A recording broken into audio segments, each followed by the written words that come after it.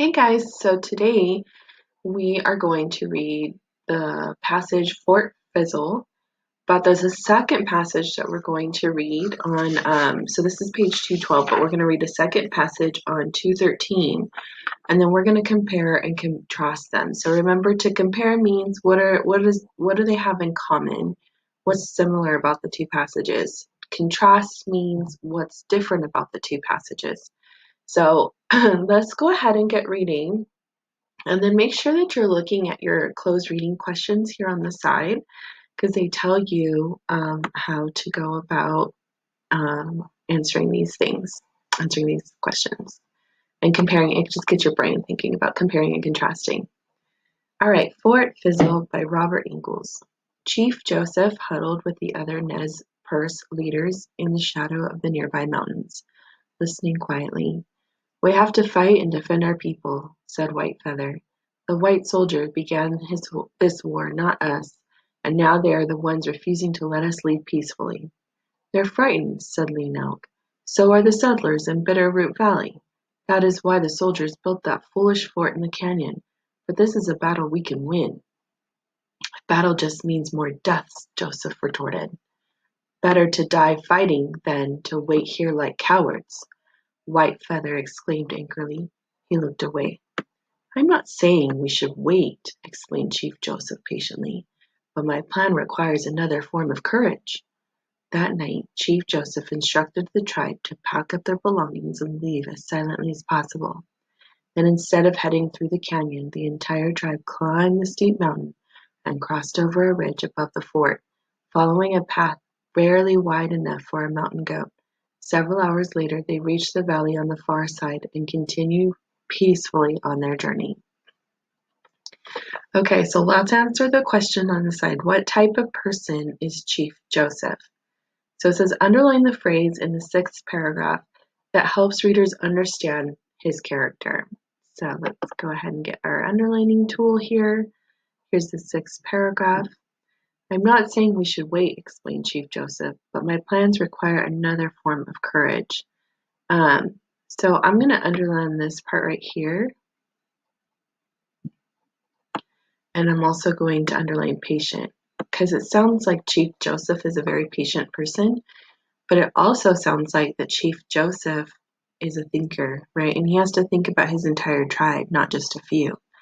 And so I think he's thinking about his entire tribe and how is he going to help every single person and not just a couple.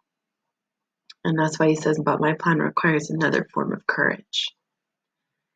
Okay. It says circle the phrases in the final paragraph that show how the author approaches the topic of courage. So if you couldn't tell, the topic here is courage of this passage, Fort Fizzle.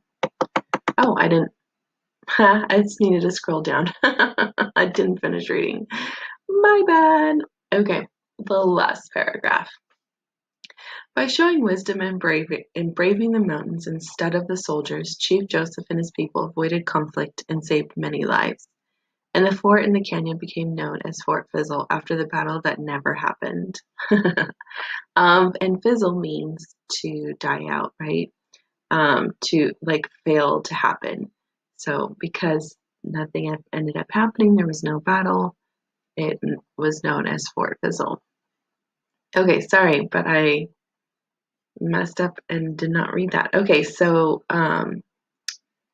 how does the author approach the topic of courage? So they avoided conflict and saved many lives. I think that shows a lot of courage. And they braved the mountains instead of the soldiers. Okay, let's go ahead and read the next paragraph, Odens Tear by Anna Smith, and then we'll answer a couple questions. Kate, Eli, and Juan sat together in Juan's room, glued to the latest issue of their favorite comic book, Gilda the Great. Gilda was strong and fearless, fighting off enemies and performing amazing feats to protect her people from harm. In this issue, Gilda learned that an enormous gremlin-like creature named Ogle was rampaging through villages, tearing down trees and scaring families from their homes. The trio eagerly turned the page to see how Gilda would defeat Ogle. Kate cleared her throat and read aloud just as Kate began reading. A flash of light lit up the room, and the pages of the comic book fluttered excitedly. Moments later, Kate, Eli, and Juan found themselves standing beside Gilda in the midst of the mountain forest. "I'm so glad you've arrived," Gilda yelled as she raised her sword. "We must join forces to vanquish Ogle." But just as Juan tried to process what Gilda had said, he noticed one large tear rolling down Ogle's cheek. Juan said, "Gilda, wait. Look at Ogle. I think he's, crying." Suddenly, Eli stepped forward and began speaking to Ogle so softly his friends could not hear. Eli's tone was soothing, and he slowly inched closer to Ogle. Baffled, everyone shouted, imploring Eli to stop, but he refused to turn back. Moments later, Ogle dropped to his knees and began sobbing uncontrollably. Eli explained that Ogle was lost and scared, and the creature was desperate to find his family. The group was stunned for a moment, but then they helped Ogle to his feet and assured him that they would help him. Let me make sure I'm not missing another paragraph. Is there another one on the other page? No. Okay, then. I'm good. Okay, compare the characters in this story with the characters in Fort Fizzle. Circle phrases in the 6th paragraph that show how Eli is like the Chief Joseph and his tribe. Okay, so let's see. Well, he was brave because he stepped forward and began speaking to Ogle. He was also very patient because he spoke softly. His tone was soothing. Let's see. And he refused to turn back because he noticed that there was something different, right? And I feel like that's the same thing with Chief Joseph. He noticed there was another way. And Eli figured there's another way. If Ogle is crying, there is another way. Think about the story's ending and the final events of Fort Fizzle. Underline the sentence that shows how Eli and his friends avoid conflict. How is this different from Chief Joseph's solution? Well, let's see. Eli and his friends, they help him. It says right here, then they help Ogle to his feet and assured him that they would help him. So, Eli and his friends avoid conflict by helping out their enemy. And this is different because Chief Joseph, they don't help out the soldiers at Fort Fizzle. Instead, they take another route to quietly leave. So that's how they're different. And remember, we're talking about comparing and contrasting. So, okay, now we have our questions. Which statement best describes the theme of both stories? A, sometimes it takes more courage not to fight. B, when you cannot win a fight, sneak away and hide. C, true bravery comes from understanding one's enemy. D, only cowards refuse to take on necessary fights. Okay, so there's definitely one I can eliminate here that I know is not it, and that is B. I'm going to cross it out. It is not B. It's not always a good answer to sneak away and hide. And then this also comes off, if they say you're sneaking away and hiding, it comes off as not being courageous or not being brave. And remember, the topic of our 2 passages is to be brave and to have courage. So it's definitely not B. Let's see. True bravery comes from understanding one's enemy, possibly. Only cowards refuse to take on a necessary fight. I think we can definitely eliminate this one because we don't in the passages coward character traits do not come across at all. So I really think our answers are between A and C here. So which one do you think is the best, A or C? And if you said A, you are correct. A is the answer. Which traits best describe Chief Joseph and Eli?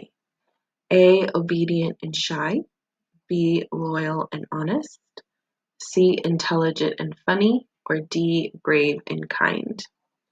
Okay, so there's definitely some here that we can cross off, and I think intelligent and funny is definitely one. We could say no, because in none of the stories did Chief Joseph and Eli come across as funny. Intelligent, yes, but not funny. And I think another one that's definitely not one would be obedient and shy, because they are leaders, and leaders are not shy. They may be obedient, but they were also giving the orders, not necessarily being obedient to them.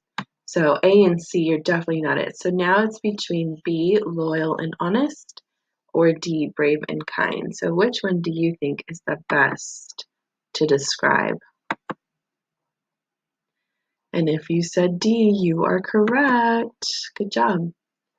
Okay, the last section that you are going to do is you're going to compare and contrast the ways the two stories approach the topic of courage. You're going to explain how each author resolves conflict and include at least 3 details from the text to support your answer. So this is in a paragraph form, okay? It's in a paragraph form. So in this paragraph, you need to compare and contrast the topic of courage. You need to explain how each passage resolves the conflict. And you need to include 3 details from the text. So you need to quote or paraphrase, okay? And this only needs to be in a paragraph, so 5 to 8 sentences. How are they similar? How are they different in the topic of courage, okay? If you have questions, though, of course, come see me during office hours. And I look forward to reading these. All right, see you soon.